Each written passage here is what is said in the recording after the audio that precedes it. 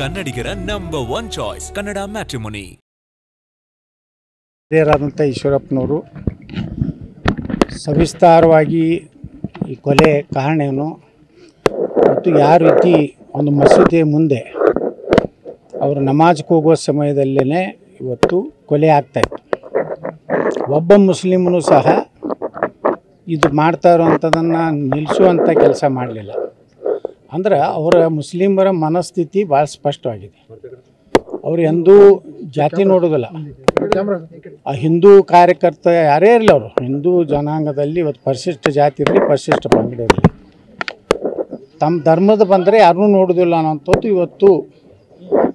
ಅಷ್ಟೆಲ್ಲ ನಮಾಜ್ಗೆ ಹೋಗೋರು ಸಹ ತಡೆಯುವಂಥ ಕೆಲಸ ಮಾಡಿಲ್ಲ ಅಂದರೆ, ಬುದ್ಧಿ ಹೇಳುವಂಥ ಕೆಲಸ ಮಾಡಿಲ್ಲ ಅಂದರೆ, ಆ ಧರ್ಮದ ಒಂದು ಮನೋಸ್ಥಿತಿ ಇವತ್ತು ಸ್ಪಷ್ಟವಾಗಿ ಕಾಣಿಸ್ತದೆ. ಮತ್ತು ಅವನು ಮಚ್ಚು ತೋರಿಸಿ ಏನು ರೀಲ್ ಮಾಡಿ ಬಿಟ್ಟಿದ್ದಾನಲ್ಲ, ಅವಾಗ ಪೊಲೀಸ್ ಇಲಾಖೆ ಏನು ಮಾಡ್ತಾಯಿತ್ತು?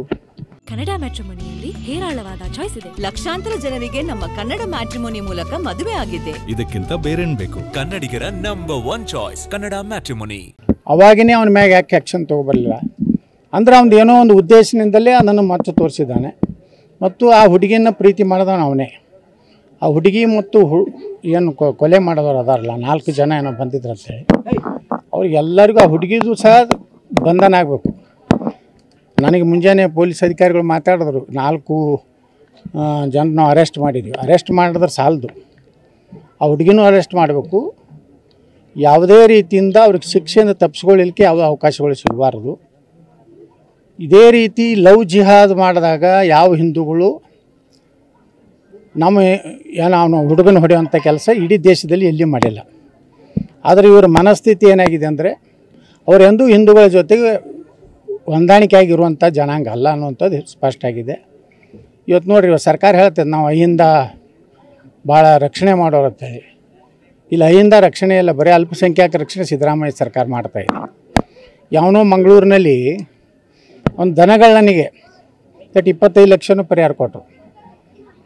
ಅವನಿಗೊಂದು ಸರ್ಕಾರಿ ನೌಕರಿ ಆಹ್ವಾನ ಮಾಡಿದ್ರು. ಇಲ್ಲಿ ಇಷ್ಟು ದಿನ ಆದರೂ ಸಹ ಜಿಲ್ಲಾ ಉಸ್ತುವಾರಿ ಸಚಿವರು ಯಾವುದೇ ರೀತಿಯಿಂದ ಅವ್ರ ಕುಟುಂಬಕ್ಕೆ ಆಗಲಿ ಬಂದು ಸಾಂತ್ವನ ಹೇಳಿ ಬಂದು ಅದು ಬರೀ ಆಯಿತು ನಾವು ನೋಡ್ಕೋತೀವಿ ಅನ್ನೋಂಥದ್ದು ಅದು ಇದು ಅನ್ಕೊಂಪದ ಮಾತು ಬೇಕಾಗಿಲ್ಲ. ಅವ್ರದ್ದೇನು ಶಿಕ್ಷೆ ಆಗಬೇಕು ಅನ್ನೋಂಥದ್ದು. ಅವ್ರ ಪಾಪ ಇಂಥ ಬಡತನ ಕುಟುಂಬದಲ್ಲಿದ್ರೂ ಸಹ ಅವರ ತಂದೆ ತಾಯಿಗಳು ಅವರ ಸಹೋದರರು ಕೇಳುವುದೇನೆಂದರೆ ಶಿಕ್ಷೆ ಆಗಬೇಕು. ಇದೇ ರೀತಿ ಮತ್ತೊಬ್ಬ ಹಿಂದೂ ಯುವಕನಿಗೆ ಆಗಬಾರ್ದು ಅನ್ನೋಂಥದ್ದು. ಅವರು ತಮ್ಮ ಮಗನ ಕಳ್ಕೊಂಡಂಥ ದುಃಖದಲ್ಲಿ ಸಹ ಮತ್ತೊಂದು ಕುಟುಂಬಕ್ಕೆ ಇಂಥದ್ದು ಆಗಬಾರ್ದು ಅನ್ನೋಂಥದ್ದು ಏನು ಅವರ ಒಂದು ದೊಡ್ಡ ವಿಚಾರ ಇದೆ. ಆ ರೀತಿಯಲ್ಲಿ ಈ ಸರ್ಕಾರ ನನಗೇನು ವಿಶ್ವಾಸ ಇಲ್ಲ. ಇದೇ ಮುಸ್ಲಿಮ್ ಏನಾರು ಕೊಲೆ ಆಗಿದ್ದರೆ ಇಷ್ಟೊತ್ತಿಗೆ ಭಾಳ ದೊಡ್ಡ ರಾದಾಂತ ಮಾಡ್ತಿದ್ರು. ಇವತ್ತು ಹಿಂದೂ ಕೊಲೆ ಆಗಿದ್ದಕ್ಕೆ ಯಾವ ಸರ್ಕಾರದ ಯಾವ ಜವಾಬ್ದಾರಿ, ಮುಖ್ಯಮಂತ್ರಿ ಸ್ಟೇಟ್ಮೆಂಟ್ ಇಲ್ಲ, ಯಾವುವೂ ಇಲ್ಲ. ಅಂದರೆ ಇದೇನು ತೋರಿಸ್ಕೊಡ್ತದೆ ಅಂದರೆ, ಈ ರಾಜ್ಯದಲ್ಲಿ ಹಿಂದೂಗಳು ಸುರಕ್ಷಿತ ಇಲ್ಲ. ಅದಕ್ಕೆ ನಾಳೆ ಅಧಿವೇಶನ ಪ್ರಾರಂಭ ಆಗ್ತಾಯಿದೆ.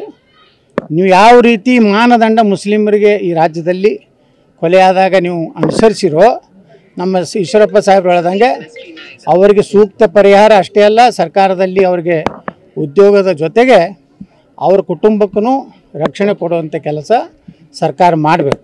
ಒಂದನೇದು. ಎರಡನೇದು, ಈ ನೆಪದಲ್ಲಿ ನಾಳೆ ನಮ್ಮ ವಾಲ್ಮೀಕಿ ಸಮಾಜದವರು ಪ್ರತಿಭಟನೆ ಏನು ಮಾಡ್ಯಾರಲ್ಲ, ಬರೀ ವಾಲ್ಮೀಕಿ ಸಮಾಜದವ್ರು ಅಲ್ಲ, ಸಮಸ್ತ ಹಿಂದೂ ಸಮಾಜದವ್ರು ಕೊಪ್ಪಳ ಜಿಲ್ಲೆಯವರು ಇದಕ್ಕೆ ಬೆಂಬಲ ಕೊಡಬೇಕು. ಬಂದು ಈ ಹೋರಾಟದಲ್ಲಿ ಭಾಗವಹಿಸಿ, ಏನೋ ವಾಲ್ಮೀಕಿ ಸಮಾಜಕ್ಕಾಗಿದೆ, ನಾಳೆ ದಲಿತ ಸಮಾಜಕ್ಕಾಗಿದೆ, ನಾಳೆ ಬ್ರಾಹ್ಮಣರಿಗಾಗಿದೆ, ಲಿಂಗಾಯತರಿಗಾಗಿದೆ ತಂದರೆ ಒಂದಿಲ್ಲ ಒಂದು ದಿವಸ ನಿಮ್ಮ ಮನೆಗೂ ಇದು ಬರೋದೆ. ಅದಕ್ಕೆ ನಾನು ಎಲ್ಲ ವಿನಂತಿ ಮಾಡ್ಕೊತೀನಿ, ಕೊಪ್ಪಳದ ನಮ್ಮೆಲ್ಲ ಹಿಂದೂಗಳಿಗೆ ನಾಳೆಯ ಇದು ಹೋರಾಟದಲ್ಲಿ ಎಲ್ಲರೂ ಭಾಗವಹಿಸಿ ಸರ್ಕಾರಕ್ಕೆ ಒಂದು ಬಿಸಿ ಮುಟ್ಟೋ ರೀತಿಯಲ್ಲಿ ಹೋರಾಟ ಆಗಬೇಕು. ಇದೇ ನೆಪ ಮಾಡಿಕೊಂಡು ನಾಳೆ ಗಣೇಶ ಚತುರ್ಥಿಗೆ ತೊಂದರೆ ಮಾಡುವಂಥದ್ದು ಪೊಲೀಸರು ಮಾಡಬಾರ್ದು. ಯಾವ ರೀತಿ ಗಣೇಶ ಚತುರ್ಥಿಗೆ ಯಾವುದೇ ತೊಂದರೆ ಇಲ್ಲಾರ್ದಾನೆ ಅದು ಎಲ್ಲ ರೀತಿಯ ಅನುಮತಿ ಕೊಡೋದಾಗಲಿ ಎಲ್ಲ ರೀತಿಯ ಒಂದು ಸಹಕಾರ ಮಾಡಬೇಕು. ಇದನ್ನು ಕಠಿಣವಾದಂಥ ಒಂದು ಕ್ರಮ ಕೈಗೊಳ್ಳದಿದ್ದರೆ ಸಿದ್ದರಾಮಯ್ಯ ಸರ್ಕಾರವನ್ನು ನಾವು ನಾಳೆ ಅಧಿವೇಶನದಲ್ಲಿ ತರಾಟೆ ತಗೊಳ್ಳುವಂಥ ಕೆಲಸ ಮಾಡ್ತೀವಿ. ಇಲ್ಲಿ ಪ್ರಮುಖವಾಗಿ ಕನ್ನಡಿಗರ ನಂಬರ್ 1 ಚಾಯ್ಸ್ ಕನ್ನಡ ಮ್ಯಾಟ್ರಿಮೋನಿ.